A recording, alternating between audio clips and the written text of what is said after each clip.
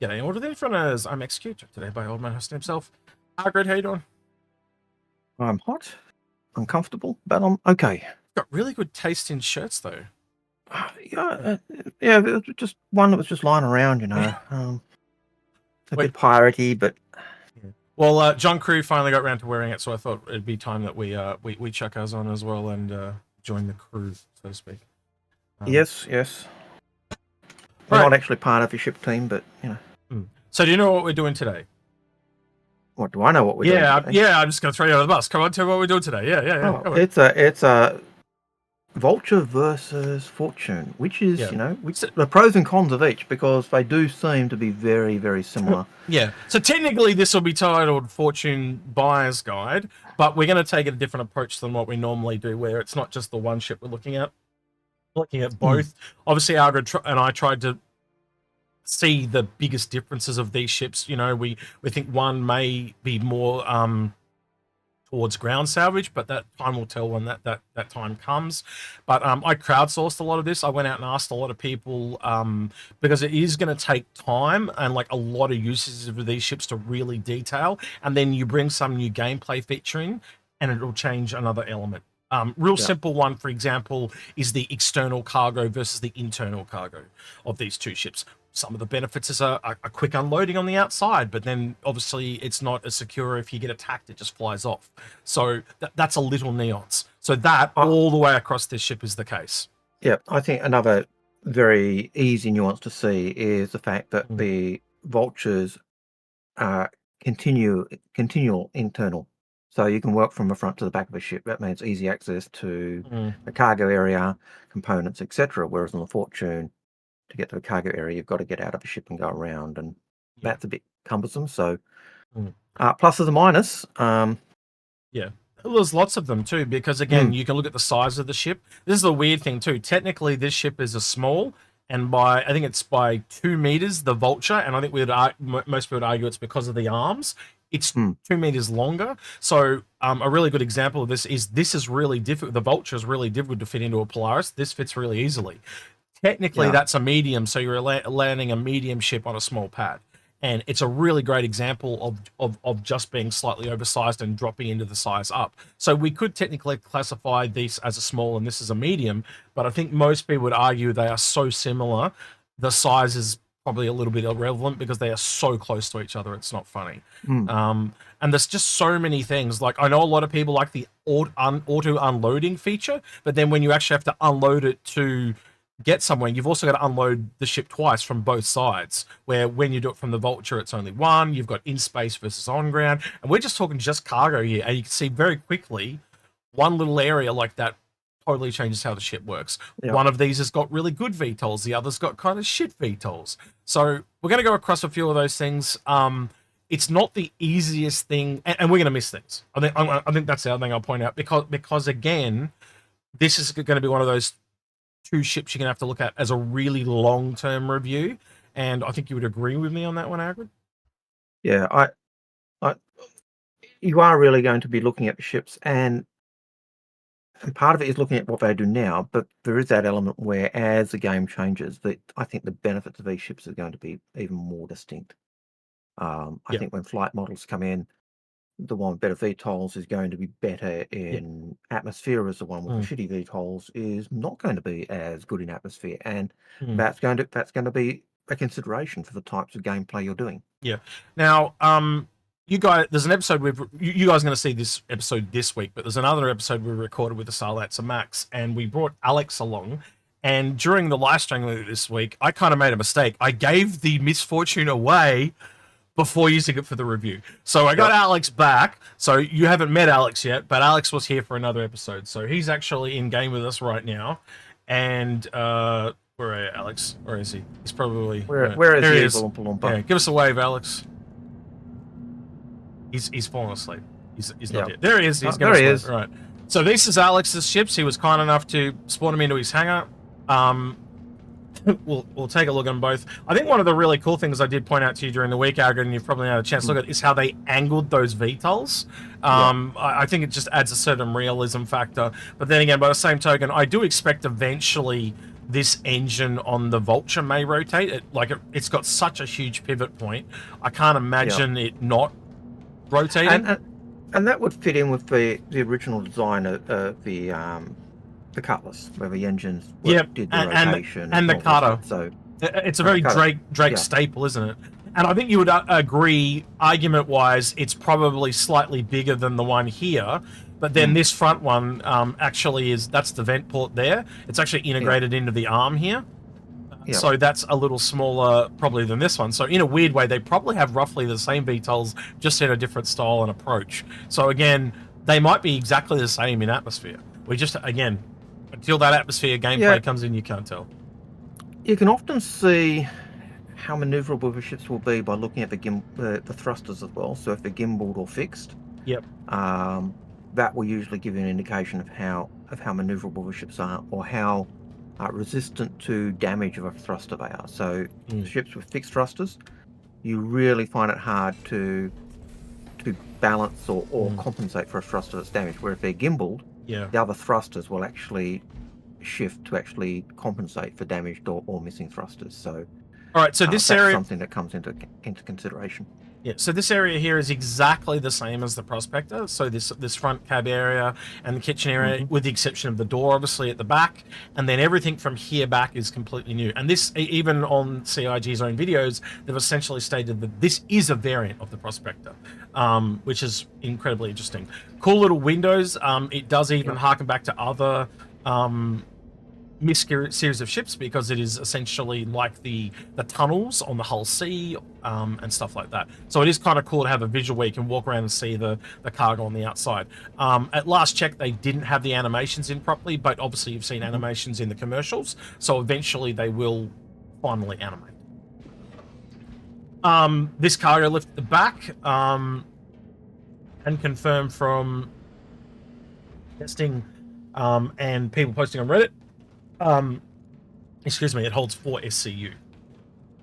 So that does put the cargo up a little higher than the Vulture by 4. So instead of just having the 12, you've technically got 16. So again, another interesting quirk or advantage of the not Prospector. I'm going to do that a lot. I'm going to do that a lot. I'm going to call it Prospector, but the Fortune over the Vulture. Now, the fact that you could actually just walk through from the front of the ship back to the cargo bay, which was one of the things, not owning the ship makes it difficult for me to go in and look, but that was one of the things previously I was under the impression that they were cut off. So one of my criticisms or identified differences of the ships was the advantage of being able to go all the way through the ship and all the way back. So in that sense, they're both exactly the same in that ability. So So I think it is going to take some time, as we said. The other thing I think we will be probably doing a little bit today that we'll talk about at the end is the visual aesthetic. I think that's really going to probably be one of the biggest dividers, as in which one you prefer. I'm more of a MISC guy. I'm more of a Drake guy. But I think when me and Algared try to look at these things, we look more on function and try to remove that, because we know that that's a personal taste thing. So by removing the personal taste factor, it just makes it easier to analyze these ships and strip them down to the on paper, so to speak. I think that's how you would agree with me on that, Algared. That tends to be how we approach. We know that the aesthetic is going to appeal to different people for different reasons, and so it comes down to the actual working of those ships. So this technically only has one machine in the back as well, where the other has 2, but I think we could also argue that they are probably roughly about the same speed anyway. We'll have to, like, from my testings, they seem to be on par. But I again, there may be some subtle differences that I haven't picked up on due to time. You know, this is one difference, for example, just how the gear lockers are done and stuff like that. So yeah, it's all going to be different. Same type of features though: bed, toilet, small kitchen. You've got all your components. So really, fundamentally, when you break it down, it comes down to little things like this one's got 2 scrapers, but that one's got a stronger scraper. We can't really analyze things like the way that they're broken down or essentially mulched, because those not, they're placeholders at the moment. So this is what I kind of mean about a long-term review. It's at the moment you got to look at the small differences and then essentially try to plan from the future, and it's very hard to do that with not the full gameplay on board. And I think it's going to be really interesting to watch as the first double up ship that we actually have officially, how this kind of pans out long term, because it may divide as time goes over. It might stay relatively close. And being that they've got them at the same price point, I think that's kind of CIG, how CIG sees it, that they are really the same. I don't know if you agree with that, Algared, but No, I think you're right. The fact that they're priced exactly the same in the store at the moment, the only way you get the Fortune cheaper is if you buy it war bond. But eventually that advantage is going to disappear, and they'll both be available at the same price. Yep. Just looking at them, you can see the Fortune does appear to be that little smaller. But if you were to take those arms off the I can bring Vulture, the Vulture would be smaller. Hang on, I'll just flick it back over to this. There you go. So that's here it is in StarJump's Hanger Link, and as I said, small versus medium technically. So you're mentioning size, sorry, but yeah, and you compare the living area, and the Vulture is actually a smaller, more compact ship. And I think that's because it seems like it's got that sense of being on two levels. You go up the ladder and then you go through, so you got kind of got double over. But you chop off those arms, and it really does become a smaller ship, doesn't it? Yeah, that's right. It'd be interesting to see if the arms down the future would get that kind of defender aspect when they're landing. There is that pivot point that you and I talked about. So if it ever had a way to kind of like its arms out and it just kind of brings them back like that, yes, it would retract it by 2 meters and drop it back into the small. And that would be quite a nice aesthetic. And whether that is something that's down the track is yet to be seen. But it could just be, those wires and the big pivots could just be a Drake aesthetic that is just Drake. Yeah, they also added in a new HUD for MISC. They got rid of the physical panels and they've gone to just holograms. I hope there's something they repeat on other ships, because I know a lot of people get kind of annoyed with some of the HUD being blocked on particular ships. So hopefully that is something that they look at in the future. I was trying to rotate the VTOL. They have rotated. Yeah, I want them down though, not up, and they're not rotating. There we go. The engine was off.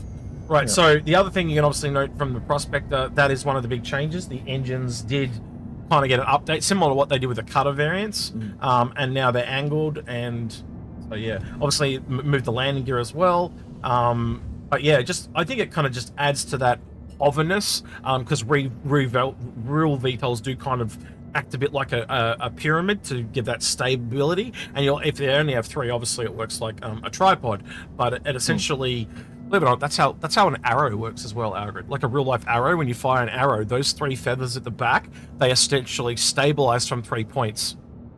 Yep. Believe it or not, same mathematical tech all those years ago. But and I just think it really adds to that, like pushing them towards a centralized point. Really nice little. It's those little subtle details. Yeah, I like the way the VTOLs are there, and again, if I'm trying to keep this ship level, both VTOLs are certainly going to do a better job than thrusters. I do think that the Fortune trumps the Vulture in terms of that planetary VTOL stability. I can't see, based on what I'm seeing at the moment, I can't see the Vulture having as stable VTOLs and for me, I think the jury's still out there. I think my initial impression would be, I assume that's the case for the Fortune, but I can also see an argument being made that the Vulture does have enough. I think we could agree that they're different. I don't know which one will be exactly the same though. So again, it's just another thing that adds to the whole taking its goddamn sweet time to do this review, because they are fundamentally the 2 closest ships we've ever seen before. I know we have, like, on a regular basis, we have so many combat ships that are similar, but you can look at that and go, okay, this one's going to have armor, this one's going to have different flight characteristics, this one's got wings, etc. This, it's a lot harder because it's our first utility ships, and they are in the same role, and it's a lot narrower and hard to tell.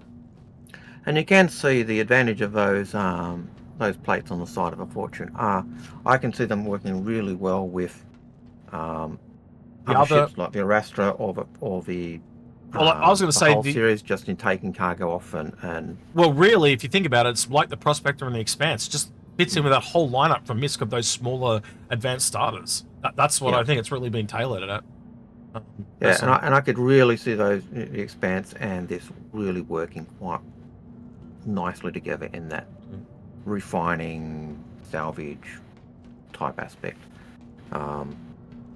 Whereas if you're using a Vulture, yes, can you use it with an Expanse? Absolutely, but you've then got to open the back and do the tractoring. It's just a bit more complex, it feels like, than having them just nicely arranged on the side. Yeah. The downside is you've got two sides to actually work from, whereas in the Vulture you've just got the one. So yeah. I also did this just before live stream, a couple hours before live stream during the week. I need to take you guys over, bring you with me, make sure you're coming with me. You are, all right. So I did this poll. So now you've had some time to check them out. What's your preferred smaller salvager? And you can see there, it's 2 to 3 essentially. It's split perfectly 2 to 3. So I think a lot of people are going to stay with the Vulture. I don't know if that's just because they prefer it, the aesthetics. Again, you can go through the comments yourself and have a look. Like, let's have a look at some of the comments here real quick, because again, this is going to be one of those things because it's a long-term review. You know, so this one says one of them is Drake ship, so it obviously wins. So that's showing the bias of their Drake. Yeah. Then you've got other things like I'm going for a Fortune because it fits in my Iron Shad Assault. See? So again, this does allow you that personalization aspect of fitting it into your own personal fleet. Because most people would say, oh, I've got a Drake. Oh, well, then I'm going to get a Vulture to go with my Ironclad Assault. So it seems like that. Yeah. And yet if it doesn't fit in the Assault, then it doesn't dovetail as well. Whereas the Fortune fitting in the Assault means, you do something, you find a damaged ship, it goes off, salvages it. So there's those yin and yang aspects, isn't there? So this is a really interesting one too, right? It turns out the Fortune out to be decent, but a bit cheaper in game. So that's the other thing. Like if it's cheaper in game, then I would imply that the Fortune is not as good as because even CIG have priced it cheaper. You see what I mean? So you got to remember there's a marketing price and there's a like a designer price when it comes to these things. And this is one of the things that we like to look at, because where the designers do it, that's really what it's worth is. So I would have made the argument if they'd made it just $10 cheaper, it would have shown that it's slightly below the Vulture, but they're obviously going for that overall. Yeah. It really does feel like they're trying to get the choice of the two ships, right? Making them the same price. Pick one or the other. They're both doing the same job, and it almost does feel like it's pick the one that appeals to you most. And there may, there are going to be pluses and minuses of each of them, but they're both doing the job. One will do some aspects, I think, better, and the other will do, and the other will do other aspects better. It's just choice is nice. Yeah, I think it is a lot of, as Shirley right now, this is one of the biggest player choice based things that we've seen in a while. If you happen to own both and you have tested both, I would highly ask you to go through and give us your thoughts and share with it in the comments, because I do think this is one. I know some people are going, oh, you've kind of half-assed this and telling us to crowdsource the review, but how else do you do it and get those experiences in without a really long-term review? So that's why we waited a couple of weeks, like a week or so, to do this review, because if we'd done it straight away, essentially we just would not have that perspective that the extra week has given us. And I think you really needed that to go through and look at all the subtle differences. I don't know if you exactly agree with me that on our grid, but I'm pretty sure you do. No, I think that's like the fact that we both don't own the Fortune. That did make it hard, and it's not, for me, it's not a matter of I don't like it. It's just that I literally am still recovering from SitCon and Europe, and I just can't justify spending $175 on a Yeah, and I think until we on a get new ship. we get the expanses in as an example, and you can see how these all work together, and things like that. I think there'll be advantages like for all players, an example, having multiple Mm. little ships that can actually connect and work together. Where the Vulture doesn't have, it does have some Drake ships that can kind of interconnect with, but not in the same way that the Fortune can with the other Yeah, smaller advanced starters from MISC. And I think that is something that is we can't estimate. We can't would either over or underestimate what it is. yeah. Um, And just to tie that in a little bit more with the larger ships, like mm, would a couple of fortunes and expanse be the same or more profitable than say taking a reclaimer? mm, yeah. Well, And so again, that ties in with that all gameplay as well. So what other ships do you have? Because, like, for example, this can go into an Odyssey, but a Vulture technically can't go into an Odyssey. So, you yeah, know, so in a weird way, it's probably better for people to have bigger ships, right? Because it just gives them a flexibility option. But if you've got a Vulture, then it doesn't fit into them.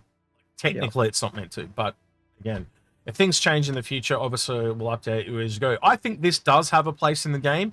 It's just been a very hard one to identify, being, we've talked about ships treading on other ships before, but this is literally like it landed on its head. It didn't just like tread on its foot. It landed right on top of it. yeah, I think that's the real difficulty we've had. Also, not having a fully fleshed out gameplay loop. If it had literally been a combat ship, you could break it down by numbers almost, but you can't yeah, do that with this because they're too similar. And I think at the moment, without really extensive testing, it really comes down to the heads on it. Like one is better at scraping and the other than the other, and I think that's why most people are leaning to the Vulture. So in game right now, the Vulture is the better ship, but there's all these advantages that are yet to be seen, like yeah. the And expanse and all that type of stuff. what size ship can the fortune munch up compared to the Vulture because of a different Yeah, size head? So yeah, their aspects we still don't know.